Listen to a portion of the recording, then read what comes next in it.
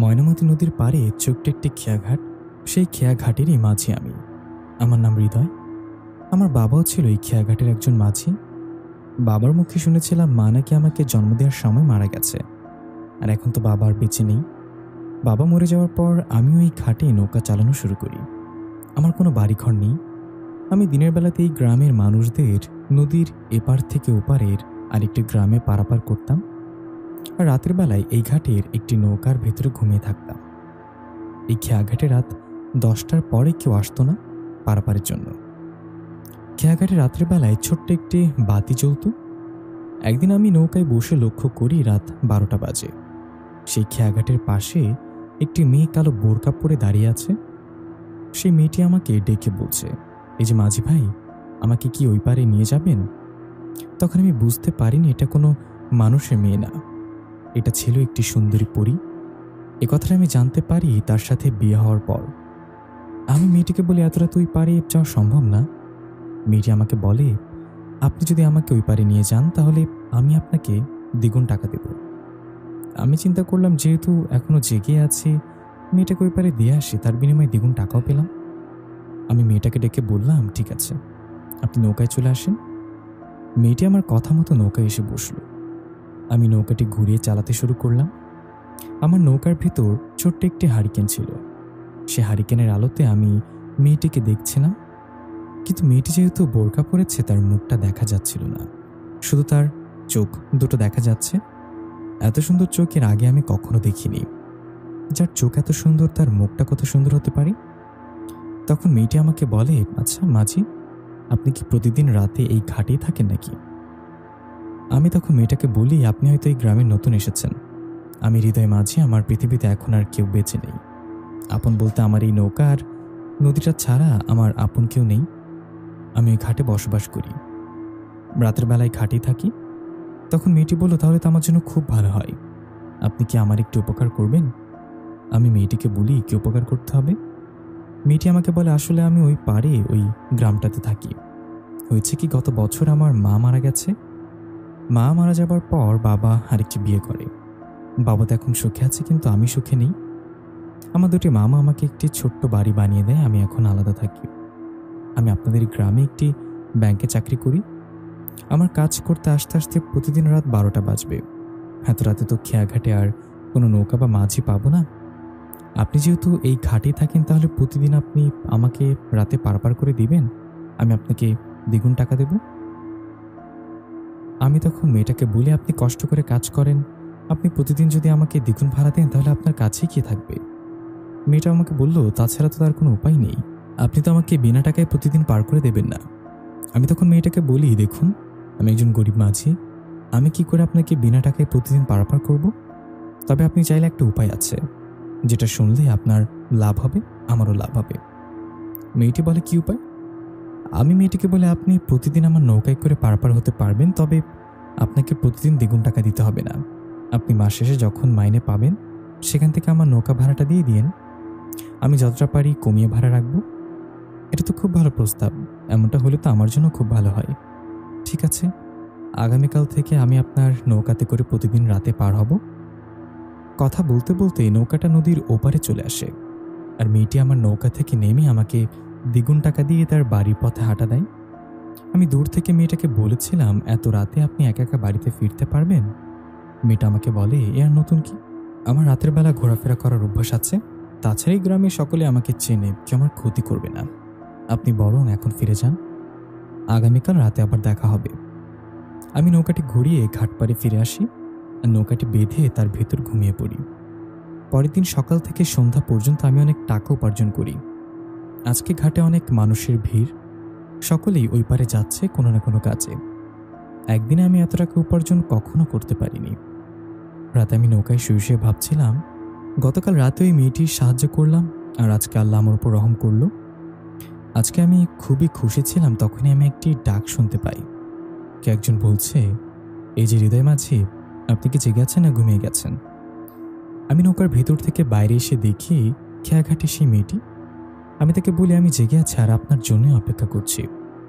মেয়েটি ঘাট পার হতে থেকে আমার নৌকা এসে বসলো, আর আমি নৌকাটা ঘুরিয়ে ওই পারে যাওয়ার জন্য রওনা দিলাম।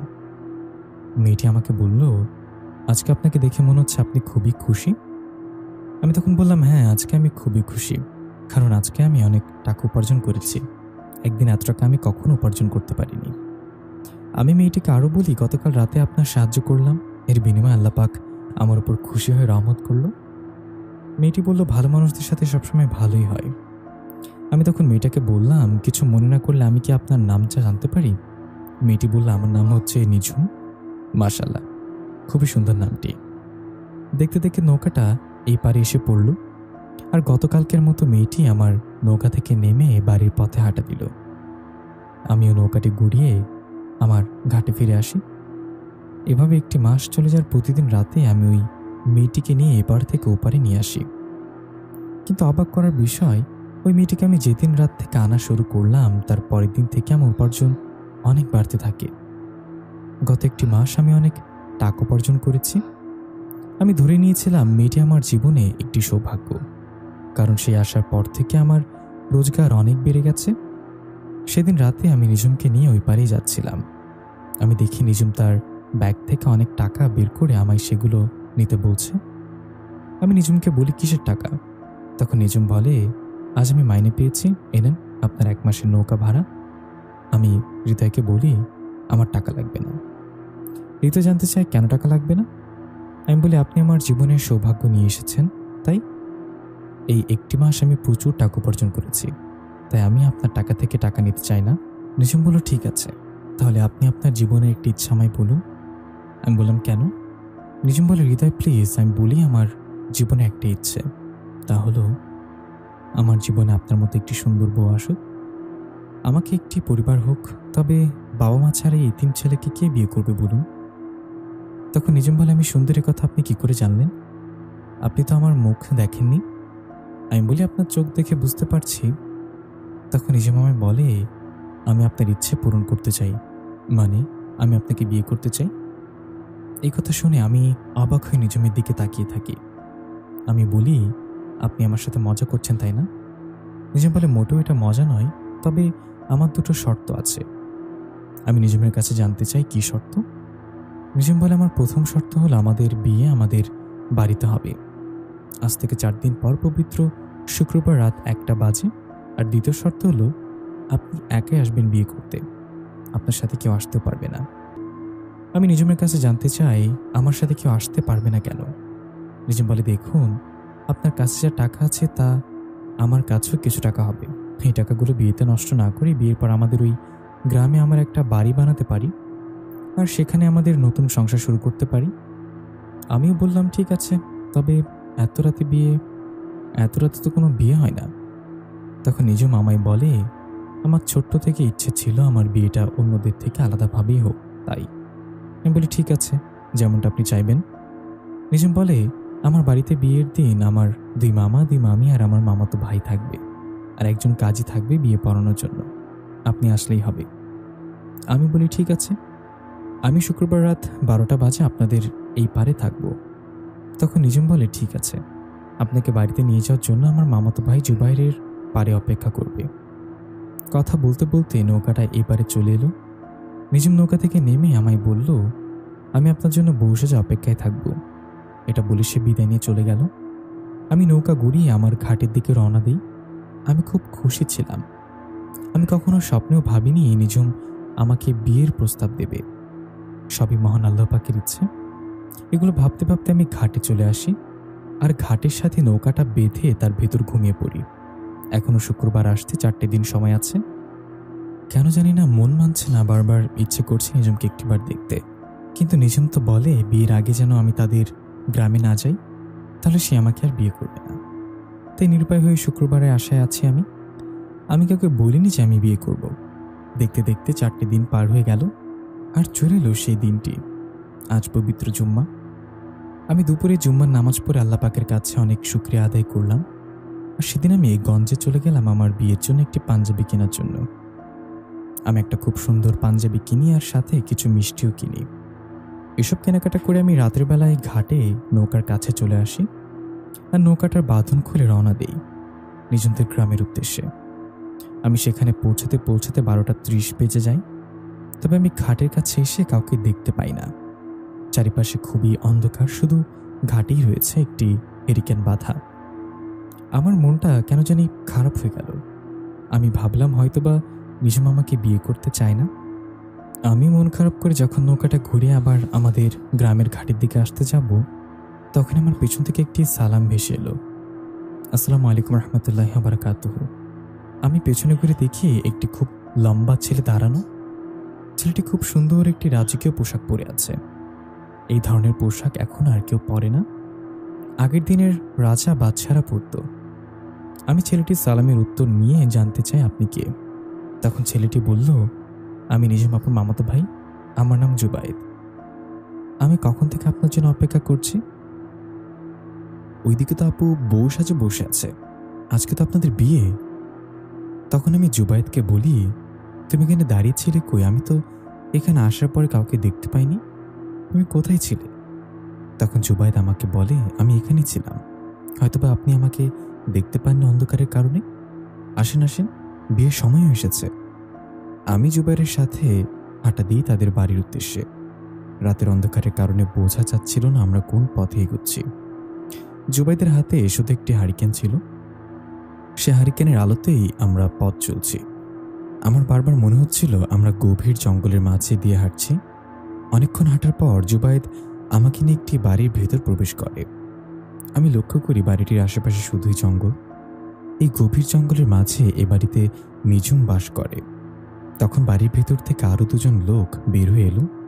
আমি লক্ষ্য করি সেই লোকগুলো জুবাইরের মতো খুবই লম্বা, আর তারাও খুব দামি পোশাক পরে আছে। সেই লোক দুটি খুবই বয়স্ক ছিল। তারা আমার কাছে আসার পর আমি তাদেরকে সালাম দিই, আসসালামু আলাইকুম। তারা আমার সালামের উত্তর নিয়ে বলে, বাবা কেমন আছো? আমি বলি, আলহামদুলিল্লাহ, আল্লাহ পাকের অসীম রহমতে খুবই ভালো আছি। আপনারা কেমন আছেন? তারা বলে, আলহামদুলিল্লাহ, খুব ভালো আছি বাবা। তখন সেই লোক দুটি তাদের পরিচয় দেয়। একজন বলে, আমি হচ্ছি নিজুমের বড় মামা, আর একজন হচ্ছে নিজুমের ছোট মামা। আসো বাবা, ঘরে আসো। আমি তাদের সাথে ঘরের ভেতরে প্রবেশ করি। আমি দেখতে পাই ঘরের ভেতরটি খুব সুন্দর করে সাজানো, আর মাঝখান দিয়ে একটি পর্দা দেয়া। পর্দার উপরে নিঝুম একটু লম্বা ঘোমটা টেনে বসে আছে, আর তার সাথে তার দুই মামি। আমি নিজুমের দুই মামা আর জুবাইরের পর্দা এপারে বসে আছি। তখন ঘরের ভেতর কাজী সাহেব প্রবেশ করে আমি লক্ষ্য করলাম কাজী সাহেবও তাদের মতো খুবই লম্বা। কাজী সাহেব আমার কাছে এসে বসলো আর বিয়ে পড়ানোর কাজ শুরু করলো। সব কাজ শেষ করে কাজী সাহেব আমার কাছে জানতে চাইল, তুমি কি তাকে বিয়ে করার জন্য প্রস্তুত? আমি তাকে বললাম, হ্যাঁ, আমি তাকে বিয়ে করার জন্য প্রস্তুত। তখন কাজী সাহেব বলল, তাহলে তুমি 3 বার কবুল বলো। আমি 3 বার কবুল করলাম। তখন কাজী সাহেব পদ্মার ওপারে গিয়ে নিজুমের কাছে জানতে চাইল, তুমি কি তাকে বিয়ে করার জন্য প্রস্তুত? নিজুমও আমার মতো একই উত্তর দিল। তখন কাজী সাহেব তার মুখ থেকেও 3 বার কবুল শব্দটি শুনে নিল। তারপর কাজী সাহেবের কথা মতো সবাই মোনাজাত ধরি।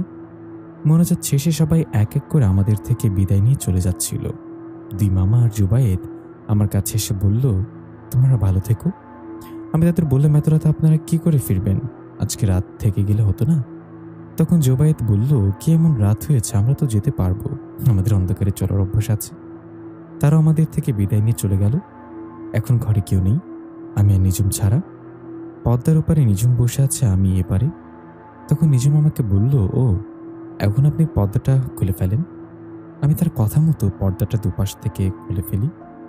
নিজুম মাথা নিচু করে বসেছিল, আমি তার কাছে গিয়ে বসি। নিজুম আমাকে বলে, আমি তো আপনাকে অনেক দেখেছি, কিন্তু আপনার কি কখনো ইচ্ছা হয়নি আমাকে দেখার?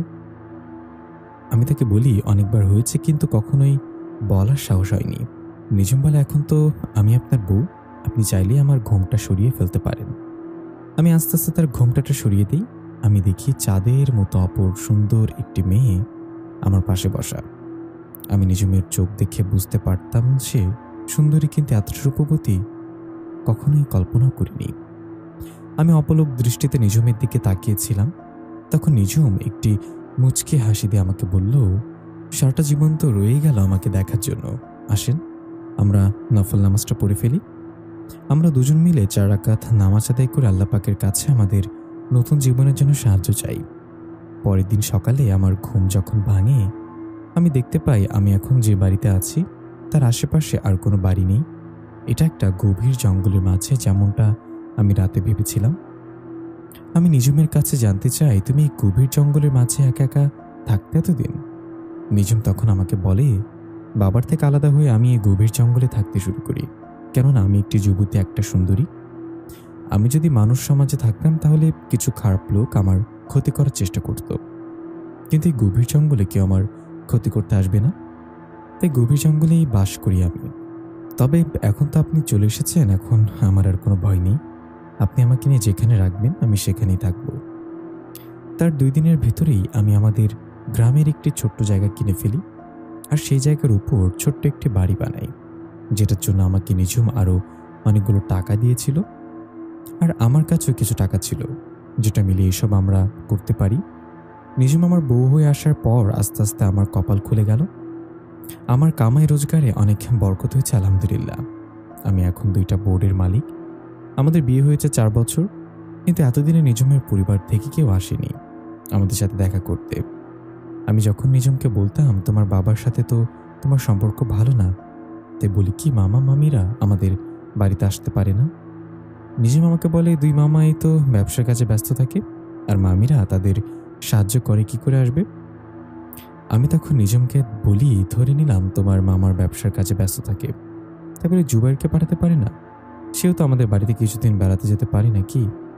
তখন নিঝুম বলে, তাদের পক্ষে প্রতিদিন আমাদের বাড়িতে আসা সম্ভব না, তার অনেক দূরে থাকে। কিন্তু কোথায় থাকে এই কথাটা কখনোই আমাকে নিঝুম বলেনি। একদিন রাতে আমি আর নিঝুম ঘুমিয়েছিলাম। মাঝরাতে আমার ঘুমটা ভেঙে যায়, কিন্তু আমি আমার পাশে নিঝুমকে খুঁজে পাই না। তখনই আমার চোখ পড়ে আমাদের ঘরের জানালার কাছে দাঁড়িয়ে আছে। জানালাটা খোলা, জানালার উপরে নিঝুম কার সাথে যেন কথা বলছে, কিন্তু ওই পারে তো কাউকেই দেখা যাচ্ছে না। আমি ভালো করে শোনার চেষ্টা করি, এটা কি বলছে আর কার সাথে কথা বলছে। আমি শুনতে পাইনি, আবার কাউকে বলছে, তুই এখানে কেন এসেছিস জুবাইর? তুই তো জানিস এখন আমার মানুষ সমাজে বিয়ে হয়ে গেছে, আর আমি তাকে ছেড়ে কি করে আসবো তোদের জগতে? তবে ভাই আমার, আমি শুনে খুব খুশি হলাম তোর বিয়ে ঠিক হয়েছে। এসব কথা জুবাইরের সাথে বলছিল, কিন্তু জানালার ওপারে তো কেউ নেই। সে কার সাথে কথা বলছে? আর জুবাইরও বা এত রাতে কি করে এখানে আসবে? আমি এসবের কিছুই বুঝতে পারছিলাম না। আমি শোয়া থেকে উঠে বসি, নিঝুমকে একটি ডাক দিই। নিঝুম আমার শব্দে ভয় পেছনে ঘুরে তাকায়। আমি খাট থেকে নেমে তার কাছে যাই, তার জন্য জানতে যে তুমি এত রাতে কার সাথে কথা বলছো? নিঝুম বলে, কার সাথে কথা বলবো, কারোর সাথে না। আমার মনটা খারাপ, তাই জানালা খুলে ওই আকাশের দিকে তাকিয়ে আছি। তখন আমি নিঝুমকে বলি, মিথ্যা বলার দরকার নেই, জুবাইদ এসেছিল তাই না? নিঝুম আমাকে বলে, জুবাইদ সে কি করে আসবে এত রাতে এখানে? কেন মিথ্যা বলছো তুমি আমার কাছে? অনেক কিছু লুকিয়ে রেখেছ, আমি চাই তুমি সবটা আমাকে বলো। তখন বলে, আমি কেন তোমার সাথে মিথ্যা বলবো? আমি কিছু মিথ্যা বলছি না। তখন আমি নিঝুমের কাছে গিয়ে দাঁড়াই আর আমার হাত আমার মাথায় দিয়ে বলি, তাহলে এই কথাটা তুমি আমার মাথায় হাত দিয়ে বলো। তখন নিঝুম আমাকে বলে, কি বাচ্চাদের মতো শুরু করলা? আমি নিঝুমকে বলি, আমি জানি তুমি আমার কাছ থেকে কিছুটা লুকাচ্ছ, বলো আমায়, নয়তো আমি চলে যাব কোথাও একটা। আমার ভালো লাগছে না, আমিও নিতে পারছি না তোমার এসব। আমি জানি তুমি কিছু একটা লুকাচ্ছ, কিন্তু তুমি আমাকে এটা বলছো না, এটাই আমার অনেক কষ্ট হচ্ছে। তখন নিঝুম আমাকে কান্না করতে করতে বলে, তুমি আমাকে ছেড়ে কোথাও যেও না। আমি বলছি সবকিছু লুকাচ্ছি আমি তোমার কাছ থেকে। আসলে হৃদয়, আমি তোমাদের মতো মানুষ না, আমি একটি পরী। আমাদের বিয়ের আগে তুমি যখন ওই খেয়াঘাটে নৌকা পাড়ি দিতে, আমি প্রতিদিন নদীর এপার থেকে তোমাকে দেখতাম। আবার কখনো কখনো অদৃশ্য হয়ে তোমার কাছে এসে বসে থাকতাম। আমি দেখতাম তুমি খুব একা, তুমি সবসময় কান্না করতে আর আল্লাহ পাকের কাছে চাইতে যেন তোমার একটি পরিবার হয়। মোনাজাতে এটাও বলতে তুমি দেখতে ভালো না বলে তোমার বিয়ে হবে না। তখন আমি একটি সিদ্ধান্ত নিয়েই ফেলি যে আমি তোমাকেই বিয়ে করব। তাই আমি মানুষ রূপে মিথ্যা নাটক সাজিয়ে তোমার সাথে দেখা করতাম প্রতিদিন। আর আমাদের বিয়েতে যারা যারা এসেছিল তারা কেউ মানুষ ছিল না। জুবাইর, আমার মামা মামি সকলেই ছিল জিন। আর হ্যাঁ, জুবাইদ এসেছিল আজকে রাতে, সে বাতাসের সাথে অদৃশ্য হয়েছিল, তাই তুমি সেখানে কাউকে দেখতে পাওনি। জুবাইদ আসার কারণ ছিল আগামী শুক্রবার তার বিয়ে। সে চায় আমি যেন তার বিয়েতে উপস্থিত থাকি। তুমি একটা কথা আমাকে বারবার বলতে না, এই যে আমার মামা মামি কেন আমার সাথে দেখা করতে আসে না? আসলে তারা আমাদের পৃথিবীতে থাকে না, আর তারা জিনদের একটি শহরে থাকে। তখন আমি নিঝুমকে বলি, সেখানে কি তোমার বাবা মাও থাকে? নিজুম আমাকে বলে, আমার বাবা মা বেঁচে নেই, শুধু আছে আমার 2 মামা, 2 মামি আর আমার মামাতো ভাই জুবায়েদ। এবার আমাকে আরো বলে, এখন তুমি চাইলে আমাকে ছেড়ে দিতে পারো। তুমি যদি না চাও আমার সাথে সংসার করতে, আমি চলে যাবো এই মানুষ সমাজ থেকে। কোনো কথা বলি না আমি, শুধু তার দিকে অবাক হয়ে তাকিয়ে থাকি। সে আমাকে বলে, এভাবে তাকিয়ে থাকবেন না, কিছু একটা তো বলেন। আমি নিজুমকে কি বলবো বুঝতে পারছি না। ছোট থেকে অনেক কষ্ট করে বড় হয়েছি, নদীর মাঝে বড় হয়েছে, আর আপন বলতে ওই নৌকার নদী ছাড়া আমার কেউ ছিল না। অনেক অবহেলা পেয়েছি, কেউ আমায় আপন ভাবিনি। একটা সময় একা একা শুয়ে ভাবতাম, বড়লোক মানুষরা গরিবদের এত অপমান করে কেন? তারাও তো মানুষ, আমরাও তো মানুষ। আমি ভাবতাম এই পৃথিবীতে আমার আপন কেউ হবে না। তখন তুমি আমার জীবনে এলে। তুমি মানুষ না তা ঠিক, কিন্তু যে ভালোবাসা দিয়েছ, এই ভালোবাসা এই জীবনে আমাকে কেউ দেয়নি। নিজুম, আমিও জুবাইদের বিয়েতে তোমার সাথে যেতে চাই। তুমি কি আমাকে নিয়ে যাবে জিনদের দেশে? নিজুম তখন বলে, অবশ্যই নিয়ে যাব। কেন নিয়ে যাব না? তুমি তুমি তো আমার স্বামী। আর আমি যদি বিয়েতে যাই তাহলে তোমার সাথেই যাব। আমি এখন খবরটা আমাদের দেশের মামা ও মামির কাছে পাঠিয়ে দিচ্ছি। আমি নিজুমকে বলি, তুমি তো এখানে বসা, তুমি কি করে তোমাদের দেশে খবর পাঠাবে? বলে, তুমি আমার সাথে আসো। নিজুম আমাকে নিয়ে ঘরের বাইরে আসে। ঘরের বাইরে এসে হাতে 4টে তালি মারে। তখন আমি দেখতে পাই আকাশ থেকে একটা অনেক বড় বাজ পাখি নিজুমের হাতে এসে বসে। সে বাজ পাখির পায়ে নিজুম চিঠি রেখে দেয়, যেটা ভেতরে লেখা ছিল, আমি আমার স্বামীকে নিয়ে আসছি জুবাইদের বিয়েতে। চিঠিটা বাঁধার পর নিজুম পাখিটাকে উড়তে দেয় আকাশে। তারপর নিজুম আমাকে নিয়ে ঘরে চলে আসে আর বলে, এই শুক্রবার রাতেই আমরা আমাদের দেশে যাব জুবায়েতের বিয়েতে। দেখতে দেখতে শুক্রবার চলে আসে। আমি আর নিজুম রাতে ঈশান নামাজ পড়ে রওনা দিই জিনদের দেশের উদ্দেশ্যে। ঘরে বাইরে এসে আমি আর নিজুম হাঁটা শুরু করি। নিজুম আমার চোখ বেঁধে দিয়েছিল তার একটি ওড়না দিয়ে। নিজুম বলেছিল, তুমি আমার স্বামী ঠিক আছে, কিন্তু কোনো মানুষকে যদি আমি সরাসরি আমাদের দেশে নিয়ে যাই তাহলে আমাদের দেশের রাজা আমাকে আর তোমাকে অনেক বড় শাস্তি দিতে পারে। তাই আমি তোমাকে চোখ বেঁধে নিয়ে যাব। আমিও নিজুমের কথায় রাজি হয়ে যাই। নিজুম আমাকে নিয়ে হাঁটা শুরু করে তাদের দেশের উদ্দেশ্যে। আমি কোথায় যাচ্ছি, কোনো রাস্তা দিয়ে যাচ্ছি কিছুই দেখতে পাচ্ছিলাম না, কারণ আমার চোখ বাঁধা। এভাবেই 1 ঘন্টা হাঁটার পর নিজুম আমাকে বলে, এখন তোমার চোখটা আমি খুলে দেব, আমরা চলে এসেছি আমাদের দেশে। নিজুম আমার চোখের বাঁধনটা খুলে দেয়। আমি চোখ খুলতেই দেখতে পাই আমরা একটি জঙ্গলের মাঝে দাঁড়ানো, আর সেই জঙ্গলের পাশ দিয়ে বয়ে যাচ্ছে খুব সুন্দর একটি ঝর্ণা। আমি আর নিজুম সেই ঝর্ণার নদীর পাশ ধরে হাঁটা শুরু করলাম। কিছুক্ষণ হাঁটার পর আমি দূর থেকে একটি খুব সুন্দর গ্রাম দেখতে পাই। নিজুম আমাকে নিয়ে সেই গ্রামের ভেতর প্রবেশ করল। গ্রামটা খুবই সুন্দর ছিল, অনেক মানুষ আসা যাওয়া করছিল সে রাস্তা ধরে। নিজুম আমাকে বলল, তুমি কারোর চোখের দিকে তাকাবে না, কারণটা হচ্ছে এরা কেউ তোমার মতো মানুষ না, এরা সকলেই জিনপরি। তুমি যদি তাদের চোখের দিকে তাকাও তাহলে তারা বুঝে যাবে তুমি যে একটা মানুষ, আর তারা যদি বুঝে যায় তাহলে আমি তোমাকে বাঁচাতে পারবো না। আমি নিজুমকে বলি, চিন্তা করো না, আমি কারো চোখের দিকে তাকাবো না। এই যে আমি মাটিতে তাকালাম, আর মাথা উঁচু করবো না। তারপর আমি নিজুমের কথা মতো মাথাটা নিচু করে হাঁটা শুরু করলাম। বেশ কিছুক্ষণ হাঁটার পর নিজুম আমাকে নিয়ে এই গ্রামেই একটা অনেক বড় বাড়ির ভেতর প্রবেশ করলো আর বললে, এবার তুমি মাথাটা উঁচু করতে পারো, কারণ আমরা চলে এসেছি। আমি নিজুমের কথা মতো আমার মাথাটা উঁচু করে তাকাই, আর আমি দেখতে পাই পুরো বাড়িটায় ফুল দিয়ে সাজানো। তখনই বাড়ির ভেতর থেকে বের হয়ে এলো 2 মামা। মামা আমার কাছে এসে দাঁড়ালো, আমি তাদেরকে সালাম দিলাম। মামাও আমার সালামের উত্তর দিল আর আমাকে বলল, অবশেষে তুমি সত্যিটা জেনে গেলে তাহলে? আমি নিজুমকে বিয়ের আগেই বলেছিলাম যেন তোমাকে সকল সত্য কথা খুলে বলে, কিন্তু নিজুমের মনে ছিল অনেক ভয়, তুমি যদি সবকিছু জেনে তাকে ছেড়ে চলে যাও। তারপর মামারা নিজুমের কাছে গিয়ে দাঁড়ালো আর নিজুমকে বলল, তুই কি করলি মা এটা? তোর স্বামী একটা মানুষ, আর একজন মানুষকে নিয়ে তুই জিনপুরীদের গ্রামে এলি? নিজুম মামাদের বলল, বিয়ের পর থেকেও আমার কাছে কিচ্ছু চাইনি, শুধু একটা আবদার করেছে।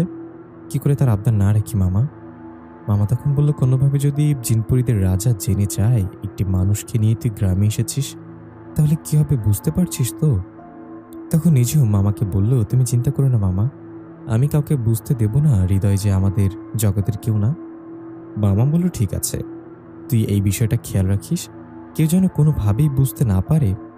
তখন মামারা আমার কাছে এসে বলল, তুমি ভয় পেও না হৃদয়, তুমি আমাদের মেহমান, তোমার কোনো ক্ষতি হতে দেব না আমরা। তখন নিজেও মামাদের কাছে জানতে চাইল, আমাদের নতুন জামাই কোথায়, জুবায়েদ কোথায়?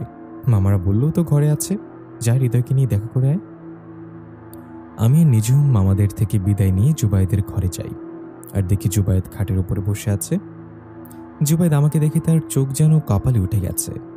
সে তো কোনোভাবে বিশ্বাসই করতে পারছে না আমি তার বিয়েতে এসেছি। জুবায়েদ আমার কাছে এসে নিজুমকে বলল, আপু, তুই দুলাভাইকে নিয়ে জিন গ্রামে গেলি কেন? জানিস না মহারাজ জানলে কি হবে? তখন নিজুম বলল, তুই চিন্তা করিস না, কিছুই হবে না, আমার সবকিছু সামলে নেব। আর তো দুলাভাই অনেক বায়না করছিল তার শালার বিয়েতে যাবে বলে, তাই নিয়ে এলাম। আমি জুবায়েদকে বলি, শালাবাবু, তুমি কিন্তু অনেক স্বার্থপর। গতকাল রাতে তুমি তোমার বোনের সাথে দেখা করতে এলে আর দেখা করে চলে গেলে। একটিবার দুলাভাইয়ের সাথে দেখা করে যেত না? আমি কি তোমার এতটাই পর? তোমাকে সেই দেখেছিলাম বিয়ের দিন রাতে, তুমি তোমার আপুর কাছে জিজ্ঞাসা করো কতবার তোমাকে দেখতে চেয়েছি আমি। তখন জুবায়েদ বলল, মাফ করবেন দুলাভাই, আসলে আপু তো মানা করছিল যেন কোনোভাবেই বুঝতে না দিই আমরা আপনাদের মতো মানুষ না। তবে আপনি আমার বিয়েতে এসেছেন, আমি খুব খুশি হয়েছি। সেদিন রাতে আমি আর নিজুম জুবায়েদের বিয়েতে অনেক মজা করি। বিয়েটা শেষ হতে হতে অনেক রাত হয়ে যায়। সেদিন রাতে আর আমাদের দেশে ফেরা হয়নি। আমি জিনপরিদের গ্রামে রাতটা কাটাই। পরের দিন সকালে সবার থেকে বিদায় নিয়ে নিজেদের দেশে আসার জন্য রওনা করি। দুই মামা আমাদেরকে সেই জঙ্গল পর্যন্ত এগিয়ে দিয়ে আসে। আমরা মামাদের থেকে বিদায় নিয়ে তারপর নিজুম তার রোনাটা নিয়ে আবার আমার চোখ দুটো বেঁধে ফেলে। আবার 1 ঘন্টা হাঁটার পর নিজুম আমাকে বলে, আমরা বাড়িতে চলে এসেছি, এখন তোমার চোখটা আমি খুলে দিচ্ছি। নিজুম আমার বাঁধা চোখটা খুলে দেয় আর আমি দেখতে পাই আমি আমার বাড়ির কাছে দাঁড়ানো। আমি নিজুমকে বলি, তোমাদের জিনপুরীর দেশটা খুবই সুন্দর। নিজুম বলে, তোমার পছন্দ হয়েছে, এটাই অনেক। তবে আমি অন্য একটা বিষয়ে ভয় পাচ্ছি। আমি জানতে চাইলাম বিষয়টা কি। নিজুম বলে, রাজা যদি কোনোভাবে জেনে যায়, কি যে করবে আমাদের। আমি নিজুমকে বলি, তুমি শুধু চিন্তা করছো, সে কোনোভাবে জানতে পারবে না। তারপর বেশ কিছুদিন কেটে যায়। একদিন রাতে আমি আর নিজুম ঘুমিয়েছিলাম। গভীর রাতে আমাদের রাজাকে যেন কে যেন লাথি মারতেছে বারবার। আমার আর নিজুমের ঘুমটা ভেঙে যায়। আমরা ঘরের ভিতর থেকে জানতে চাই কে বাইরে। তখন জনপ্রিয় কণ্ঠে কেউ একজন বলল, আমি নাসির। এই নামটা শুনে নিজুম থরথর করে কাঁপতে শুরু করলো। কে নাসির আর তার নাম শুনে নিজুম ভয়ে থরথর করে কাঁপছে। আমি নিজুমকে বলি, তুমি এত ভয় পাচ্ছ কেন? আর নাসিরই বা কে? আমাদের দরজা লাথি কেন মারছে? তখন নিজুম আমাকে বলল, সে হচ্ছে আমাদের জিনপুরী রাজ্যের সেনাপতি। সে খুবই শক্তিশালী একজন জিন। খবর পেয়ে গেছে আমি তোমাদেরকে নিয়ে জিনপুরীদের রাজ্যে গিয়েছিলাম, এটা সে জেনে গেছে। তাই সে এসেছে আমাকে ধরে নিয়ে যেতে। তখনই দরজাটা লাথি মেরে ভেঙে ফেলে সে সেনাপতি। তারপর সে আমাদের ঘরে প্রবেশ করে। আমি দেখতে পাই খুবই লম্বা একজন ব্যক্তি, পাহাড় সমান দেহ, শরীরে যুদ্ধের পোশাক আর কোমরে একটি লম্বা তলোয়ার। তার মুখ ভর্তি খুব সুন্দর দাড়ি আর মাথায় একটি সাদা টুপি, যাকে দেখে খুবই রাগান্বিত মনে হচ্ছিল। সেটা মোটা কণ্ঠে বলে উঠল, এই মানুষের সন্তান, তুই সরে যা, তোর সাথে আমি কোনো কথা বলতে চাই না। আমি নিজুম পরীকে উঠিয়ে নিতে এসেছি। সে আমাদের দেশের নিয়ম ভেঙেছে। একজন পরী হয়ে একটা মানুষকে বিয়ে করেছে, এতে আমাদের কোনো সমস্যা নেই, এটা ওর একান্ত বিষয়। তবে সে জিন পরীদের গ্রামে নিয়ম ভেঙে একজন মানুষকে সেই গ্রামে নিয়ে গেল, ওর এত বড় সাহস, তো শাস্তি তো পেতেই হবে। এটা বলে সেনাপতি নাসির তার কোমর থেকে তলোয়ারটা বের করল। আমি সাথে সাথে সেনাপতি নাসিরের পায়ে ধরে বসে পড়ি আর কান্না করতে করতে বলি, দয়া করে বাবা, ওকে কিছু করবেন না, আপনি ওকে ছেড়ে দেন। আমরা এই পৃথিবীতে ও ছাড়া আর কেউ নেই। সব ভুল আমারই ছিল, আমি যেতে চেয়েছিলাম। আপনাদের গ্রামে নিজমের কোনো ভুল নেই। মরতে হলে আমি মরব, আর মারতে হলে আমাকেই মেরে ফেলেন। কারণ আপনি যদি এখন নিজমপুরীকে মেরে ফেলেন, তাহলে আমি এমনিতেই মরে যাব। সে ছাড়া আমার জীবন আর কেউ নেই। ছোট থেকেই বাবা মা নেই, আমি এতিম ছিলাম। সে আসার পরে আমার একটা পরিবার হয়েছে, আর এখন সেই পরিবারটাকে হারাতে বসেছি আমি। আমার একটা ভুলের জন্য কেন গেলাম আমি আপনাদের গ্রামে? যদি আমি জানতাম যে এরকমটা হবে, আমি কখনোই আপনাদের গ্রামে যাওয়ার জন্য বায়না করতাম না নিজমের কাছে। আমি লক্ষ্য করি সেনাপতি নাসিরের সকল রাগ যেন 1 মিনিটের মধ্যে উধাও হয়ে গেল। সে আমাকে মাটি থেকে টেনে তুলল আর বলল, হে মানুষ সন্তান, তুই আমাকে বাবা বলে ডাকলি? জানিস, তুই যখন আমাকে বাবা বলে ডাকলি আমার ভেতরে অন্যরকম একটা শান্তি কাজ করলো। আমার বিয়ের বয়স 200 বছর হওয়ার পরেও আল্লাহ পাক আমার ঘরে একটি সন্তান দিল না রে। এই বাবা ডাকটা শোনার জন্য কতই না মন চাইতো আমার। আজ তোর মুখে বাবা ডাকটা শুনে আমার মন ভরে গেল। ঠিক আছে, তোর স্ত্রী নিজুমপরীকে আমি হত্যা করব না, কিন্তু তোকে আর তোর স্ত্রী নিজুমপরীকে জিনপরীদের গ্রামে আবার যেতে হবে আর আমাদের মহারাজের কাছে মাপ চাইতে হবে। তবে কি ভয় পাস না, আমি তোর সাথে আছি। তুই যেহেতু একবার আমাকে বাবা বলে ডেকেছিস, আজকে থেকে তুই আমার ছেলে।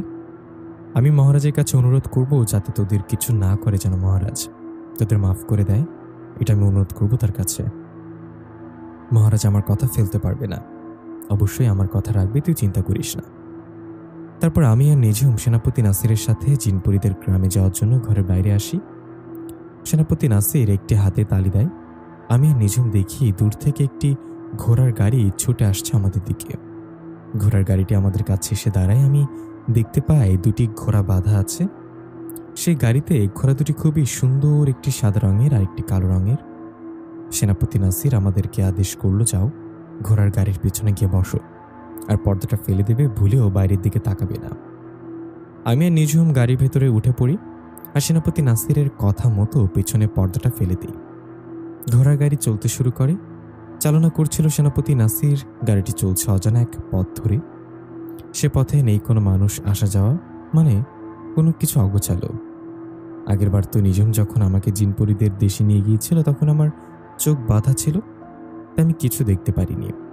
তবে এখন তো আমার চোখ বাঁধা না, আমি চাইলেই দেখতে পারি কোন পথ দিয়ে এগোচ্ছি আমরা। আমি যখন পর্দাটা হালকা সরিয়ে দেখার চেষ্টা করি আমরা কোন পথ ধরে যাচ্ছি, তখন নিঝুম আমাকে বলে, এই বেয়াদবি করো না, সেনাপতি নাসির যদি দেখে ফেলে তাহলে খুবই রাগান্বিত হবে। এক তো অনেক বড় একটা ঝামেলায় আছে আমরা দুজন। আমি বুঝতে পারি নিঝুম ঠিকই বলেছে। সেনাপতি নাসির যদি বুঝতে পারে তাহলে খুবই রেগে যাবে। আমি আর পর্দাটা সরাই না। এভাবেই বেশ কিছুক্ষণ কেটে যায়। একটা সময় সেই ঘোড়ার গাড়িটি থেমে যায় আর গাড়ির বাইরে থেকে সেনাপতি নাসির আমাদেরকে বলছিল, এখন তোমরা বাইরে চলে আসো।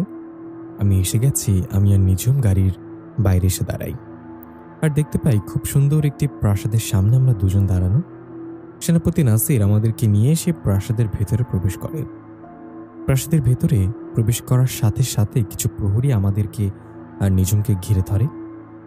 সেনাপতি নাসির তাদেরকে বলে, সাবধান, বেয়াদবি করবে না। তখন সে পরিগুলো সেনাপতি নাসিরকে বলে, সেনাপতি, তাদেরকে বন্দি করবো না? সেনাপতি নাসির বলে, মোটেও না, এটা হচ্ছে আমার ছেলে, ও যেন কোনো অসম্মান না হয়, ওদের দুজনকে সম্মানের সহিত মহারাজের সামনে উপস্থিত করো। তখন প্রহরীগুলো বলে, ঠিক আছে সেনাপতি, যেমনটা আপনি বলবেন। সেনাপতি নাসির আমার কাছে এসে বলে, যাও তোমরা দুজন ওদের সাথে যাও, মহারাজের কাছে যাও আর তোমাদের ভুল স্বীকার করো, আমি সঠিক সময় দেখা দেব। আমি নিঝুম সেনাপতির কথা মতো সেই প্রহরীগুলোর সাথে প্রাসাদের ভেতরে মহারাজের কাছে যাই। মহারাজের দরবারে যখন আমাকে আর নিঝুমকে ওঠানো হয়, মহারাজ আমাদেরকে দেখার সাথে সাথে খুবই রেগে যায়। আমরা যে আমাদের ভুলটা স্বীকার করব তার কোনো সময় দেয় না আমাদেরকে। মহারাজ রেগে গিয়ে সেই প্রহরীগুলোকে বলে, এই বেঈমান পরী আর তার স্বামীকে এখনই গলা কেটে হত্যা করার আদেশ দিলাম আমি। এটা দুজনকে নিয়ে যাও, এখনই আমার আদেশ। মহারাজের আদেশ পেয়ে প্রহরীগুলো আমাদের দুজনকে সাথে সাথে বন্দি করে। রাজার আদেশ যখন প্রহরীগুলো আমাকে আর নিঝুমকে বন্দি করে, তখনই রাজসভায় প্রবেশ করে সেনাপতি নাসির। সেনাপতি নাসির মহারাজকে অনুরোধ করে, মহারাজ, আপনার জন্য আমি অনেক কিছু করেছি, আপনার জন্য নিজের জীবন বাজি রেখে শত্রুদের মুখে ঝাঁপিয়ে পড়েছি, কখনো আপনার কাছে কিচ্ছু চাইনি, আজকে আপনার কাছে একটা জিনিস আমি চাই। কি চাও সেনাপতি নাসির? একবার শুধু বলো, তুমি যেটা চাইবে সেটাই দেব, কারণ তুমি আমার কাছ থেকে কিছু চাওনি। কি চাই তোমার, শুধু একবার বলো। তখন সেনাপতি নাসির সেই জিনের রাজাকে বলল, মহারাজ, আমি এই ছেলেটির আর পরীটির জীবন ভিক্ষা চাই। মহারাজ, আপনি তো জানেন আমার কোনো সন্তান নেই, এই ছেলেটি আমাকে বাবা বলে ডেকেছে, আমি তাকে ছেলে বলে মেনেছি, আর বাবা হয়ে নিজের ছেলের মৃত্যু কি করে মেনে নেব মহারাজ? মহারাজ, আমি ছেলেকে যখন আমাদের জিনদেশের নিয়ে এসেছিলাম তখন আমি তাকে কথা দিয়েছি আমি আপনার কাছে অনুরোধ করে তাকে নির্দোষ প্রমাণ করব। আপনি চাইলে তো আমার ইচ্ছেটা পূরণ করতে পারেন মহারাজ। দয়া করে আমার এই কথাটা রাখুন। তখন জিনের বাদশা সেনাপতি নাসিরকে বলল, এভাবে বলবেন না। আপনি শুধু আমার সেনাপতি না, আপনি আমার একজন ভালো বন্ধু। আমি জানি আপনি কতটা ইমানদার। আপনি কখনোই আমার কোনো ক্ষতি করেননি বা আমার ক্ষতি হোক এমনটা চাননি। আপনি সবসময় আমার ভালো চেয়েছেন, আমাকে রক্ষা করার সব বিপদের মাঝে ঝাঁপিয়ে পড়েছেন। আর আপনি কি করে ভাবলেন আমি আপনার এই কথাটা রাখবো না? তখন রাজা প্রহরীদের আদেশ করল, ওদেরকে ছেড়ে দাও। মহারাজের কথা মতো প্রহরীরা আমাদেরকে বন্দি থেকে মুক্ত করল। মহারাজ আমাকে বলল, দেখো তুমি একজন মানুষ। আজকে সেনাপতি নাসির তোমায় তার ছেলে বানিয়েছে এই বলে যে তুমি প্রতিদিনই এই জিনপরিদের দেশে আসতে পারবে এমনটা কিন্তু নয়। তুমি আর কখনো আমাদের দেশে আসবে না। এই পরীকে নিয়ে তুমি মানুষ সমাজেই সংসার করবে সারা জীবন। আমি জিনদের রাজাকে বললাম, ঠিক আছে, আমি আর কখনোই আপনাদের দেশে আসবো না। তখন সেনাপতি নাসির মহারাজ থেকে বিদায় নিয়ে আমাদেরকে আর নিজমকে নিয়ে রাজপ্রাসাদ থেকে বের হয়ে এলো। রাজপ্রাসাদের বাইরে এসে সেনাপতি নাসির আমাকে বলল, দেখো বাবা, তুমি আমাদের দেশে আসতে পারবে না তো কি হয়েছে?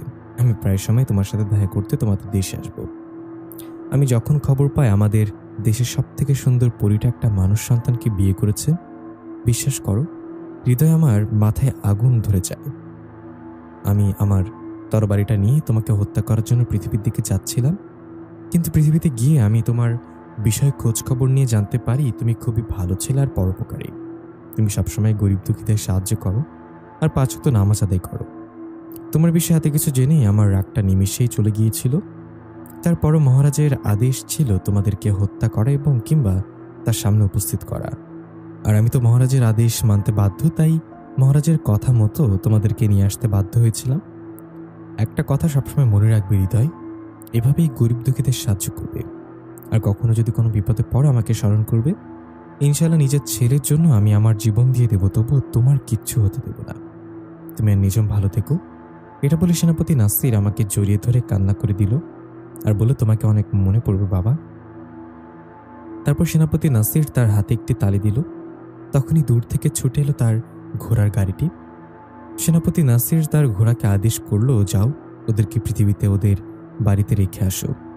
আর আমাকে বলল, উঠে পড়ো গাড়িতে। আমি আর নিঝুম ঘোড়ার গাড়িতে উঠে পড়লাম আর ঘোড়ার গাড়িটি আবারও পৃথিবীর উদ্দেশ্যে ছুটতে শুরু করলো। ঘোড়ার গাড়িতে যখন আমরা ছিলাম আমি আবারও বাইরে দেখার চেষ্টা করি আমরা কোন পথ দিয়ে আসা যাওয়া করলাম। তখন নিঝুম আমাকে বলল, এখন আর দেখে কি হবে, তুমি তার এই পথে কোনোদিন আসতে পারবে না। শুনিনি মহারাজ কি বলেছে? তার কথা শুনে আমি আর দেখার চেষ্টা করলাম না। সে তো ঠিকই বলেছে, এই পথ দিয়ে আমি আর কোনোদিন আসতে পারবো না। আর সে পথ দেখে কি হবে? নিঝুম আমার কাঁধে মাথা রেখে কিছুক্ষণ চুপ করেছিল। আমি নিঝুমকে বলি, নিঝুম তুমি তো আর কখনো আমাদের সাথে দেখা করতে জিনপরিদের দেশে আসতে পারবে না। সবটাই আমার জন্য হলো। কেন তুমি আমার জীবনের সাথে তোমার এত সুন্দর জীবনটা নষ্ট করলে নিঝুম? তখন নিঝুম আমাকে বলল, দেখো আমি তোমাকে ভালোবাসি আর আমি তোমাকে ভালোবেসে তোমার হাত ধরেছি। তাছাড়া একটি স্ত্রীর কাছে বিয়ের পর তার স্বামী হচ্ছে সব কিছু। আমি মামাদের বাড়িতে যেতে পারবো না ঠিক, কিন্তু মামারা তো আমাদের বাড়িতে আসতে পারবে। তারা আমাদের বাড়িতে এসে আমাদের সাথে দেখা করবে, তাহলে তো হলো। আর বিয়ের পর প্রতিটা মেয়ের জন্য স্বামীর বাড়ি হচ্ছে তার আপন বাড়ি। কথা বলতে বলতে ঘোড়ার গাড়িটা থেমে গেল। তার মানে আমরা পৃথিবীতে চলে এসেছি। নিঝুম আর আমি ঘোড়ার গাড়ির বাইরে আছি। তখন আমরা দেখতে পাই আমরা বাড়ির কাছে চলে এসেছি। ঘোড়ার গাড়িটা আমাদেরকে রেখে আবারও ছুটতে শুরু করলো জিনপরিদের দেশে যাওয়ার জন্য। আমি আর নিঝুম বাড়িতে এসে ঘুমিয়ে পড়ি সে রাতের মতো। সে ঘটনার পর কেটে যায় বেশ কিছু মাস। একদিন আমি আমাদের গ্রামের মসজিদে আসরের নামাজ পড়ে যখন বাইরে আসতেছিলাম, তখন আমি দেখি একটি লোক মসজিদের বারান্দায় বসে মোনাজাতে আল্লাহ পাকের কাছে কান্না করছে আর বলছে, হে আল্লাহ, আপনি আমার মেয়েটাকে রক্ষা করুন, সে খারাপ জিনের হাত থেকে রক্ষা করুন। সে জিনটি আমার মেয়েকে অনেক কষ্ট দিচ্ছে। কত হুজুর কবিরাজ আমার বাড়ি থেকে ফিরে গেল, কেউ বাঁচাতে পারছে না আমার মেয়েটাকে। আল্লাহ আমাকে সাহায্য করুন, আমার মেয়েটাকে সাহায্য করুন। এটা বলে সে বৃদ্ধ লোকটি খুব কান্না করছিল। তার মোনাজাতে আমি তার পাশেই দাঁড়িয়েছিলাম। তার যখন মোনাজাত শেষ হলো আমি তখন চাচার কাছে গিয়ে বসলাম আর বললাম, চাচা, আমি কি আপনার সাথে কিছু কথা বলতে পারি? চাচা আমাকে বলল, হ্যাঁ বাবা, কি বলতে চাও বলো। আমি চাচাকে বললাম, চাচা, আপনি যে কান্না করে বললেন এটি খারাপ জিন আপনার মেয়েকে কষ্ট দিচ্ছে, বিষয়টা একটু খুলে বলবেন আমাকে? তখন চাচা তার চোখের পানি মুছে আমাকে বলল, আচ্ছা বাবা, তুমি জিনপরি এগুলো বিশ্বাস করো তো? চাচার কথা শুনে মনে মনে অনেক হাসি পাচ্ছিল। একটি পরীর সাথে আমি সংসার করছি আর চাচা আমাকে জিজ্ঞাসা করছে আমি জিনপরি বিশ্বাস করি কিনা। আমি চাচাকে বললাম, হ্যাঁ চাচা, আমি বিশ্বাস করি। আপনি বলেন তো কি হয়েছে? তখন চাচা আমাকে বলে, একটি মাস আগে আমার মেয়েটিকে একটি জিন ভর করেছে। সে জিনটি আমার মেয়ের সাথে শারীরিক সম্পর্ক করেছে। অনেকবার সে আমার মেয়ের সাথে এসে এসব করতেও স্বপ্নের মাধ্যমে আমার মেয়ে ভাবছে এগুলো হওয়া সবকিছুই স্বপ্ন। কিন্তু আস্তে আস্তে সেই জিনটি আমার মেয়েটির শরীর পুরোপুরি দখল করে ফেলে। অনেক হুজুর কবিরাজ আমার বাড়িতে এসেছে, কিন্তু সেই জিনটি খুবই শক্তিশালী, তার সাথে কেউ পেরে উঠছে না। সবাই একটা কথা বলে, সে খারাপ জিনটাকে হারানো এত সহজ না। আপনি বড় কোনো আলেম খোঁজেন, কিন্তু আমি অনেক বড় বড় আলেমকে আমার বাড়িতে এনেছি, কিন্তু কেউ পারছে না সেই খারাপ জিনের সাথে। এখন আমার একমাত্র সাহায্য করতে পারে উপরওয়ালা, তাই কান্না করে করে তার কাছে সাহায্য চাইছি বাবা। আমি বৃদ্ধ চাচার কথা শুনে চাচাকে বলি, চাচা, আপনি আপনার বাড়ির ঠিকানাটা আমায় বলেন, আমি আগামীকাল আপনার বাড়িতে আসব। আমি আমার পুরোটা দিয়ে চেষ্টা করব তাকে সুস্থ করার। চাচা আমার মুখে এসব কথা শুনে আমাকে বলল, বাবা, তুমি কিছু মনে করো না, কিন্তু তোমাকে দেখে তো কোনো হুজুর বা কবিরাজ মনে হচ্ছে না। আমি চাচাকে বললাম, চাচা, আল্লাহ পাক যদি চায় আমার হাত ধরে আপনার মেয়েটাকে সুস্থ করতে পারে। আপনি আল্লাহ পাকের কাছে সাহায্য চাইলেন, মনে করেন না সে আমাকে পাঠিয়েছে আমার মেয়েকে সুস্থ করার জন্য? চাচা মিয়া তখন তার বাড়ির ঠিকানাটা আমাকে বলে। আমি তাকে বলি, ঠিক আছে চাচা, আপনি এখন বাড়িতে ফিরে যান, আমি আগামীকাল বিকেলে আপনার বাসায় আসবো ইনশাল্লাহ। আমি বাড়িতে ফিরে নিজামপুরীকে সবটা খুলে বলি আর বলি আমি চাচাকে সাহায্য করতে চাই, আমি তার মেয়েটাকে সেই খারাপ জিনের হাত থেকে রক্ষা করতে চাই। তুমি আমাকে বলো আমি কি করে সেই জিনটাকে এই মেয়েটার উপর থেকে ছাড়াতে পারবো আর তাকে বন্দি করতে পারবো। তখন নিজাম আমাকে বলে, তুমি এইসব ঝামেলায় না পড়লে হয় না। আমি নিজামকে বলি, তুমি জানো সেই জিনটা মেয়েটার সাথে অনেকবার শারীরিক সম্পর্ক করেছে। জিনটা কতটাই না নিষ্ঠুর, এখন আবার মেয়েটাকে হত্যা করতে চাচ্ছে। তাকে ছেড়ে দেওয়াটা কি ঠিক হবে তুমি বলো? ঠিক আছে, তুমি সাহায্য করতে না চাইলে করতে হবে না, আমি একাই যাব, তাতে যদি সে জিনটার হাতে আমাকে মরতে আমি মরবো। নিঝুম নিঝুম তখন আমাকে বলল, হৃদয়, আমি তোমাকে এভাবে বলতে চাইনি, ঠিক আছে, তুমি যেহেতু চাও সে মেয়েটির উপকার করতে, আমি তোমার সাথে অবশ্যই থাকবো। আর সেই জিনকে তোমার হত্যা করার আগে সর্বপ্রথম আমাকে সেই বাড়িতে নিয়ে যেতে হবে। আগামীকালই তোমার সাথে সে বৃদ্ধ চাচার বাড়িতে যাব, কিন্তু আমি অদৃশ্য হয়ে থাকবো, আমি কোনো মানুষ রূপে না, পরিরূপে তোমার সাথে যাব। সে বাসায় যাওয়ার সাথে সাথে আমি পূর্ব কি হয়েছিল আর বর্তমানে কি হচ্ছে সবকিছু জেনে যাব, তখনই আমি বলতে পারবো কি করতে হবে। পরের দিন আমি আর নিঝুম সে বৃদ্ধ চাচার বাড়িতে যাই। নিঝুম বাতাসের সাথে অদৃশ্য হয়েছিল, আমি শুধু তাকে দেখছিলাম আর কেউ তাকে দেখতে পারছিল না। আমাকে দেখে চাচা মিয়া ঘর থেকে বের হয়ে আমার কাছে আসলো আর আমাকে বলল, তুমি এসেছো বাবা, জানো আমার মেয়েটা না এর আগে কখনো এরকম পাগলামি করেনি। আমি তখন চাচার কাছে জানতে চাইলাম, কি হয়েছে চাচা, কি পাগলামি করলো? চাচা তখন বলল, এর আগে যত হুজুর কবিরাজ আমার বাড়িতে এসেছে সবসময় আমার মেয়ে খাটের উপর ঘুমিয়ে ঘুমিয়ে চোখ বন্ধ করে বলতে পারবো না যে এসেছে, পারবে না আমাকে তাড়াতে, চলে যেতে পারি, শুধু শুধু নিজের জীবনটা হারাবে। আর এমনটাই হতো, সে হুজুর বা কবিরাজ বাসায় এসে তাকে দেখলে পালিয়ে চলে যেত আর কখনো আমার বাসায় আসতো না। তবে বাবা আজকে একটু ব্যতিক্রম হলো। আমি তখন চাচার কাছে জানতে চাইলাম, কি ব্যতিক্রম হলো চাচা আজকে? আমার মেয়েটা ঘুমের ঘরে না, খাটের উপরে লাফিয়ে লাফিয়ে পাগলের মতো বলছিল, ওকে বাড়িতে আসতে দিস না, ওকে চলে যেতে বল, নয়তো তোর মেয়েকে আমি মেরে ফেলবো, চলে যেতে বল বলছি। ওর সব দেখে আমি আমার পাশের বাড়ির মামাতো ভাইরা মিলে আমার মেয়েটাকে বেঁধে ফেলি, কারণ সে যদি কিছু একটা করে বসে। আমার মেয়ের ভেতরে থাকা সেই খারাপ জিনটা এর আগে কোনো হুজুর কবিরাজকে ভয় পায়নি, কিন্তু তোমাকে সে খুব ভয় পাচ্ছে। হয়তোবা উপরওয়ালা তোমার সাহায্য আমার মেয়েটাকে সুস্থ করতে পারে বাবা। আমি তখন চাচাকে বলি, চাচা আপনি চিন্তা করবেন না, উপরওয়ালা সবকিছু ঠিক করে দেবে, আমাকে আপনার মেয়ের রুমে নিয়ে যান। তখন চাচা আমাকে সাথে করে তার মেয়ের রুমে নিয়ে যায়। আমি দেখি একটি মেয়ে ঘুমিয়ে আছে খাটের উপরে, তার হাত পাগুলো লোহার শিকড় দিয়ে খাটের সাথে বাঁধা। তখন অদৃশ্য থাকা নিঝুম আমাকে বলে, মেয়েটির ওপর হাত পাগুলো খুলে দিতে বলো, আর তুমি নিজের শরীরটাকে বন্ধ করে ফেলো আয়াতুল কুরসি পড়ে। আর আমি তোমাকে আরেকটা আয়াত বলছি, যেটা পড়ে তুমি জমজমের কিছু পানি এই দরজার চারপাশে ছিটিয়ে দাও। নিঝুমের এসব কথাবার্তা শুধু আমিই শুনছিলাম, কারণ আমি তাকে দেখতে পারছিলাম, তার কথা শুনতে পারছিলাম। তবে আমি বাদে এই ঘরে চাচার স্ত্রী নিঝুমকে দেখতে পারছিল না, তার কথা শুনতে পারছিল না। আমি নিঝুমের কথা মতো চাচাকে বলি, চাচা আপনি আপনার মেয়ের হাত পাগুলো খুলে দেন এখন। তখন চাচা আমাকে বলে, যদি ও কোনো কিছু করে বসে। আমি চাচাকে বলি, কিছুই হবে না, আমার উপর বিশ্বাস রাখেন, আপনি আপনার মেয়ের হাত পাগুলো খুলে দেন। তখন চাচা তার মেয়ের হাত পাগুলো খুলে দেয়। আমি চাচাকে বলি, চাচা আপনি আর আপনার স্ত্রী পাহারা দেন, বাইরে কেউ জানি ঘরে প্রবেশ না করে। আমি তখন সে মেয়েটির কাছে যাই আর হাতটি ধরে কিছু আয়াত পড়তে শুরু করি, যেগুলো আমাকে অদৃশ্য থাকা নিঝুম বলেছিল। কিছুক্ষণের ভেতর সে মেয়েটির ভেতরে সেই খারাপ জিনটা আবারও ভর করে, আর খারাপ জিনটি আমাকে বলতে থাকে, বেজম্মার বাচ্চা তুই এখানে এসেছিস কেন? আমি তো তোর কোনো ক্ষতি করিনি, তুই আমার শত্রু না, তুই চলে যা, নয়তো আমি তোকে মেরে ফেলবো। আমি তখন তাকে বলি, তুই আমাকে মারা আর কি, মারার মালিক উপরওয়ালা, আমার মৃত্যু তার হাতে, তোর হাতে আমার মৃত্যু হবে কিনা সেটা উপরওয়ালা নির্ধারণ করবে। যখন সে মেয়েটির ভেতরে থাকা খারাপ জিনটি আমাকে বলে, তোকে আর তোর এই পরিবারকে আমি হত্যা করব, তোরা বাঁচতে পারবি না আমার হাত থেকে, এখনো বলছি ভালো ভালো চলে যা। তখন চাচা আমার কাছে এসে বলল, বাবা তুমি তো একা এসেছ, তবে এই জিনটি কেন বলছে বারবার তোমার সাথে আরেকজন আছে? আমি তখন চাচাকে বলি, আপনি এ নিয়ে চিন্তা করবেন না, আমি আপনাকে সবটা পরে বলবো, আমাকে আমার কাজ করতে দিন এখন। তখন চাচা দূরে সরে যায় আর আমি আবারও কিছু আয়াত পরে মেয়েটির শরীরে ফু দিতে থাকি। সে জিনটি অনেকটা দুর্বল হয়ে এসেছিল।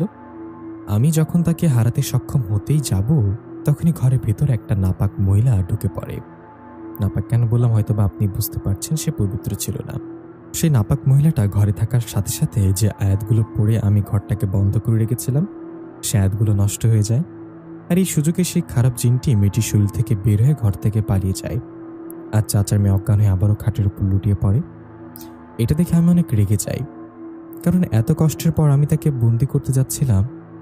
আমি রাগান্বিত হয়ে চাচাকে বলি, চাচা আমি আপনাকে মানা করেছিলাম কেউ যেন ঘরে প্রবেশ না করে, আর এটা কি হলো? ওই মহিলাটা কেন ঘরের ভিতর প্রবেশ করলো? আপনি জানেন এর জন্য কত বড় ক্ষতি হবে? আপনার মেয়ের থেকে জিনটা বের হয়ে এই সুযোগটা পালিয়ে গেল। এখন সেই জিনটা আপনার মেয়েকে আরো বেশি অত্যাচার করবে, আরো আমারও ক্ষতি করার চেষ্টা করবে। চাচা তখন সেই মহিলাটাকে বলে, এখনই ঘর থেকে বের হন, আপনি কেন আমার ঘরে এলেন? আপনার জন্য অনেক বড় ক্ষতি হয়ে গেল, আপনি এখনই আমার বাড়ি থেকে বের হন। মহিলাটা তখন ঘর থেকে বের হয়ে চলে গেল। চাচা আমাকে বলল, বাবা হঠাৎ করে ঘরে ঢুকে গেছে, আমি খেয়াল করিনি, এখন আর কি করব বলো, তুমি হাল ছেড়ে দিও না, তুমি যদি হালটা ছেড়ে দাও তাহলে আমার মেয়েটা মারা যাবে।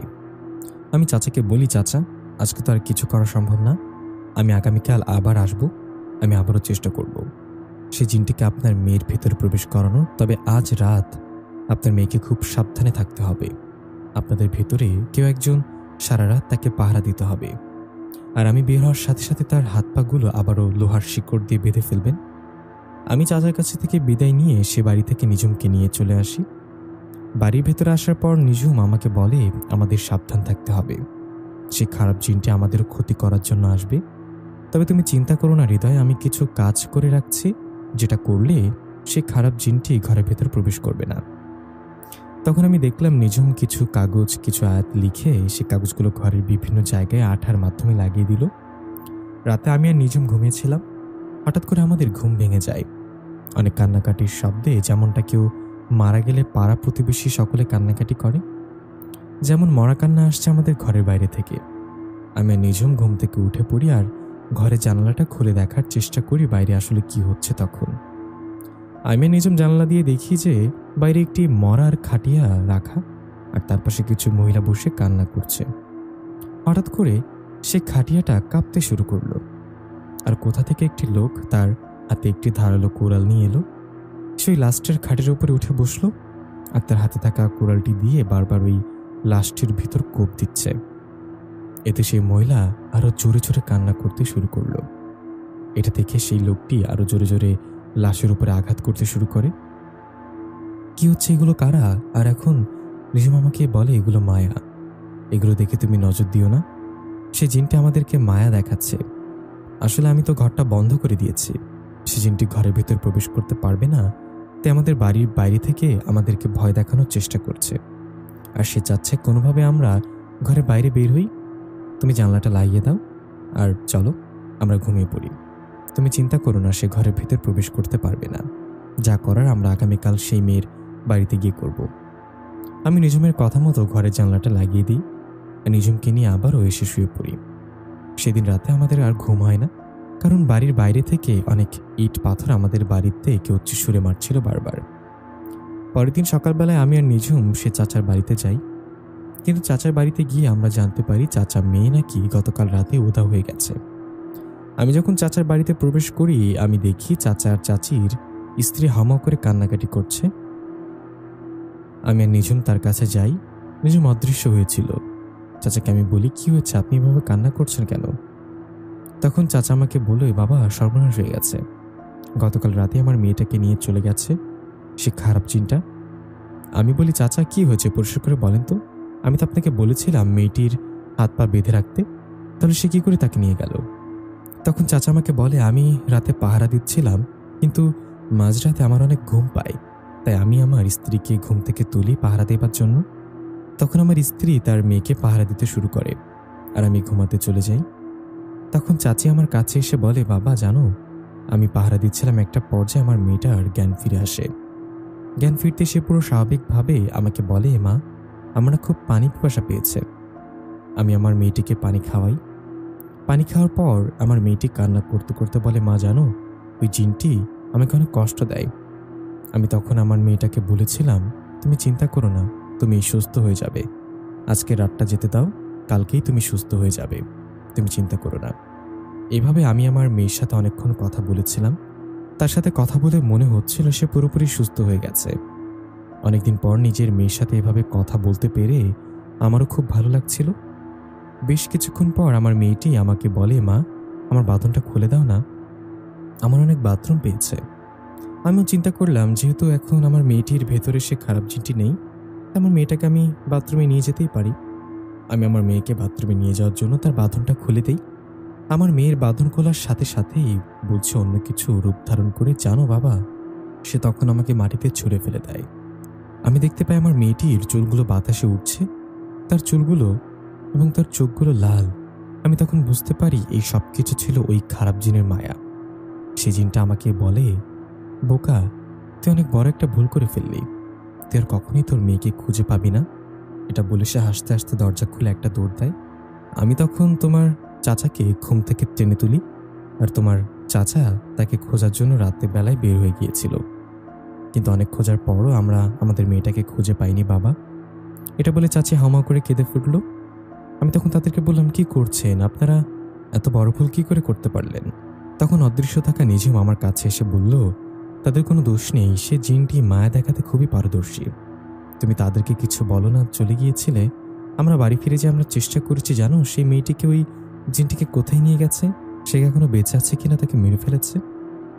আমি চাচা চাচিকে বলি, ঠিক আছে, যা হবার হয়ে গেছে, আপনারা চিন্তা করিয়েন না, আমি দেখছি কি করা যায়। এটা বলে আমি তাদের বাড়ি থেকে বের হয়ে আসি। আমার মনটা খুবই খারাপ ছিল। এত চেষ্টার পরেও সে জিনটির হাত থেকে আমি মেয়েটাকে বাঁচাতে পারলাম না। এতক্ষণে হয়তোবা সে মেয়েটিকেও ওই খারাপ জিনটা মেরে ফেলেছে। এসব ভাবছিলাম আর খুব কান্না করছিলাম আমি। তখন নিজেও আমার পাশে এসে বসে আর আমাকে বলে, সবকিছু আমাদের হাতে থাকে না, প্রকৃতির নিয়মের বাইরে আমরা যেতে পারবো না, উপরওয়ালা যার কপালে যেটা লিখিয়ে রেখেছেন সেটা হবেই, সেগুলো আমরা বদলাতে পারবো না হৃদয়। এসব কথাবার্তার মাঝে একটা শব্দ আমাদের কানে এলো, কিছু একটা আকাশ থেকে মাটিতে পড়ল। শব্দটা আমাদের বাড়ির উঠান থেকে আসছে। এখন চারিপাশে সন্ধ্যা হয়ে গেছে। আমি নিজেও বাড়ির বাইরে এসে দেখি উঠানের মাঝে একটা সাদা কাপড় মারানো কিছু একটা, যেটা থেকে রক্ত বেরোচ্ছে। এই জিনিসটা দেখার পর আমার মনের ভেতর একটা কামড় দিল। আমি মাটিতে বসে পড়লাম আর কান্না করতে শুরু করলাম, কারণ আমি বুঝতে পারছিলাম হয়তোবা সে জিনটি ওই মেয়েটির মাথা কেটে কাপড়ের মুড়ি আমাদের বাড়িতে ফেলে চলে গেছে, কারণ কাপড়ের ভেতরে কিছু একটা আর মাথা পেঁচানো, এটা বোঝা যাচ্ছে। নিজুম তখন সেদিকে এগিয়ে গেল আর সে ওই কাপড়টি খুলতে শুরু করলো।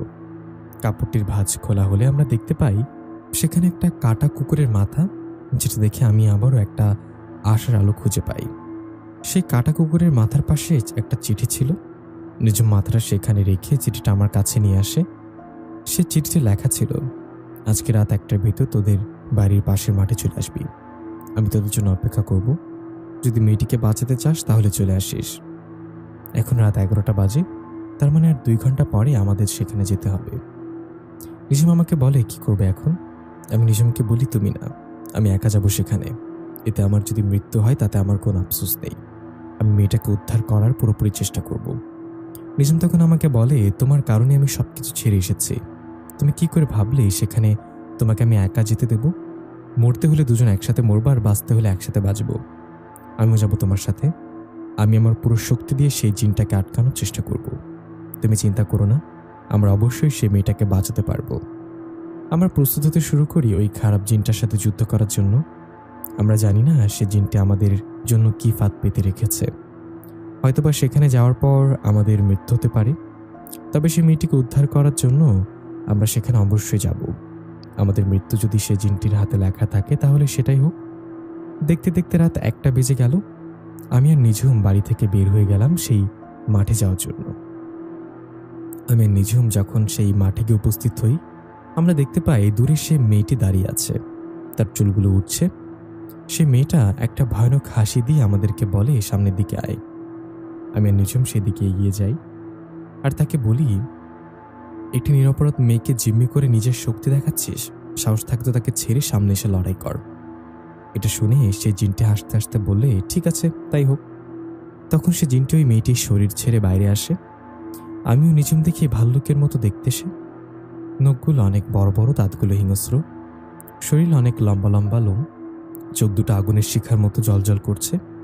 নিঝুম তখন সেই খারাপ জিনটার দিকে এগিয়ে গেল যুদ্ধ করার জন্য, কিন্তু কয়েক পা এগিয়ে যাওয়ার পরে নিঝুমের পাটা মাটিতে পড়া একটি শুকনো কলাপাতার উপরে পড়ে। আসলে এটাই ছিল একটা ফাঁদ। নিঝুম যখন সে কলাপাতার উপরে পাড়া দেয়, সাথে সাথে মাটির নিচে থেকে একটি কাচের বাক্স তাকে বন্দি করে ফেলে। নিঝুম তার পুরো শক্তি দিয়েও সেই কাচের বাক্সটা ভাঙার চেষ্টা করে, কিন্তু সে ব্যর্থ হয়। তখন সে ভয়ানক জিনটি আমাদের দিকে এগিয়ে আসে আর আমাদের কাছে এসে বলে, পাখি ফাঁদে পড়ে গেছে। সে আমার গলায় চাপ দিয়ে অন্য একটা দিকে ছুঁড়ে মারে, তারপর কয়েকটা জোরে আমাকে লাথি মারে। ওইদিকে কাচের বাক্সের ভেতরে নিঝুম পাগলের মতো করছিল বের হওয়ার জন্য, কারণ সে আমাকে মার খেতে দেখে সহ্য করতে পারছিল না। সে খারাপ জিনটি আমার বুকে একটা পাহারা দেয়, সাথে সাথে আমার গলার ভেতর থেকে রক্ত বের হয়ে আসে। খারাপ জিনটি আমাকে বলে, তোদের সাথে আমি হুঁশিয়ারি করেছিলাম, আমার পথের মাঝে আসিস না। তারপরে তোরা আসলি। তোদের মরার অনেক শখ, তাই না? তাহলে আজকে তোরা মরবি। এটা বলে সে বিচ্ছিরিভাবে হাসতে শুরু করে। আমার দম যেন বন্ধ হয়ে আসছিল। আমি চোখে ঝাপসা দেখছিলাম। তখনই আমি কানে শুনতে পাচ্ছিলাম আমি ঘোড়ার গাড়ির শব্দ। কিছুক্ষণের ভেতরেই সেখানে একটি ঘোড়ার গাড়ি থামে। আমি ঝাপসা চোখে দেখি ঘোড়ার গাড়ি থেকে নেমে দাঁড়ালো সেনাপতি নাসির। তাকে দেখে সে খারাপ জিনটা আমার বুকের ওপর থেকে পাটা সরিয়ে ফেলে আর এক দৌড় দিয়ে নাসিরের পায়ে গিয়ে পড়ে। সে খারাপ জিনটা নাসিরকে বলে, প্রভু, আপনি এখানে কেন এসেছেন? আমি জানতাম না, আমাকে মাফ করুন। আমি জানতাম না এই ছেলেটাকে আপনি চিনেন। এটা বলে সে আকুতি মিনতি করে নাসিরের কাছে মাপ চেতে থাকে। নাসির তাকে লাথি দিয়ে ধরে ফেলে দেয় আর তাকে বলে, তুই নিজের অজান্তে নিজের মৃত্যুকে ডেকে এনেছিস। আর প্রভু কাকে প্রভু বলছিস? আমি তোর কোনো প্রভু না। মৃত্যুকে দেখে তুই আমাকে নিজের প্রভু বানিয়ে ফেললি। এটা হলো তোর ঈমান আর নাস্তিক। তুইও জানিস মানুষের মতো আমাদেরও বিচার হবে। তারপরে তুই দুনিয়ার বুকে কতই না খারাপ কাজ করেছিস, কিন্তু সব থেকে খারাপ কাজ করেছিস তুই আমার ছেলের গায়ে হাত তুলে। তখন সেনাপতি নাসির তার কোমর থেকে তলোয়ারটি বের করলো আর সে খারাপ জিনটার বুকে পাড়া দিয়ে বলল, তুই ভাবিস তুই ওদের থেকে শক্তিশালী? দেখ, আমি তোর থেকেও শক্তিশালী, আর আমার থেকেও শক্তিশালী অনেক আছে, কিন্তু সবার থেকে শক্তিশালী হচ্ছে মহান আল্লাহ। তুই তাকে তো ভয় পাস না, আমাকে কেন ভয় পাচ্ছিস? কেন মৃত্যুকে ভয় পাচ্ছিস? আরে তুই যদি মৃত্যুকে ভয় পেতি তাহলে এতদিন এত খারাপ কাজগুলো করতি না। তুই মাসুম মেয়েটাকে ধর্ষণ করেছিস, অবশেষে এই মেয়েটাকে মারার জন্য তুই তার উপরে ভর করলি। আর যখন আমার ছেলে তাকে আটকাতে এলো, তুই তাকে হত্যা করার চেষ্টা করলি। তখন সে খারাপ জিনটি আবারও নাসিরের কাছে মাপ চায়। নাসির বলে, আমার কাছে মাপ চেয়ে কোনো লাভ নেই। আমি তোকে হত্যা করব, উপরে গিয়ে মহান আল্লাহ পাকের কাছে মাপ চাস। এটা বলে নাসির তার তলোয়ারটি সেই খারাপ জিনের বুকে ঢুকিয়ে দেয়। খারাপ জিনটি মরার সাথে সাথে তার জাদু কেটে যায় আর নিঝুম সেই কাচের বাক্স থেকে মুক্ত হয়ে যায়। নিঝুম ছুটে চলে আসে আমার কাছে, আমাকে সে মাটি থেকে উঠিয়ে দাঁড় করায়। সেনাপতি নাসির আমার কাছে এসে বলে, বাবা তুমি ঠিক আছো তো? তোমার ওপর আমি খুবই রাগ করেছি। কেন রাগ করেছি জানো? তুমি সেই মেয়েটির উপকার করবে ভালো কথা, কিন্তু সেদিন তোমাকে আমি কতবার করে বললাম তুমি কোনো বিপদে পড়লে আমাকে স্মরণ করবে। তুমি যদি আমাকে আগে স্মরণ করতে হলে এত কিছু হতো না। যাই হোক, যা হয়েছে ভালোর জন্য হয়েছে। সেনাপতি নাসির আমাকে বলে, আজকের পর থেকে কোনো খারাপ জিন তোমার গায়ে হাত তোলার কথা আর মাথায় আনবে না। আমি সে কাজ করে দিচ্ছি, দাঁড়াও। তখন আমি আর নিঝুম দেখি নাসির চোখ বন্ধ করে কিছুটা স্মরণ করলো, তারপর 4 বার হাততালি দিল। তখনই 1 থেকে 150 সাদা জুব্বা পরা অনেক মানুষ মাঠে ভরে গেল। চোখের পলকেই তারা সবার মাঠে উদয় হলো। নিঝুম আমাকে বলল, এরা সকলেই জিন। নাসির সে 150 জিনকে বলল, আজকের পর থেকে তোমরা সবাই আমার ছেলেকে পাহারা দিবে, তার বাড়ির আশেপাশে থাকবে। আমার ছেলের গায়ে যেন আর একটা ফুলের টোকাও না লাগে। তার যদি কোনো ক্ষতি হয় কিংবা কোনো খারাপ জিনিস যদি তাকে ক্ষতি করার চেষ্টা করতে আসে, তাহলে তোমরা তাকে হত্যা করবে। মনে রেখো, আমার ছেলে যদি কিছু হয় তাহলে তোমাদেরকে আমি ছেড়ে কথা বলবো না। তখন সে 150 জিন নাসিরকে বলে, ঠিক আছে সর্দার, আপনি যেমনটা বলেছেন তেমনটাই হবে। আজকের পর থেকে আমরা সবাই তার বাড়ির আশেপাশেই থাকবো, আপনি চিন্তা করবেন না, আর তার কোনো ক্ষতি হবে না। এটা বলে সেই 150 জিন বাতাসের সাথে আবার উদা হয়ে গেল। নাসির আমার কাছে এসে বলল, যাও তোমার বাড়ি ফিরে যাও, চিন্তা করো না বেটা, আজকের পর থেকে তোমার গায়ে কেউ হাত তুলবে না।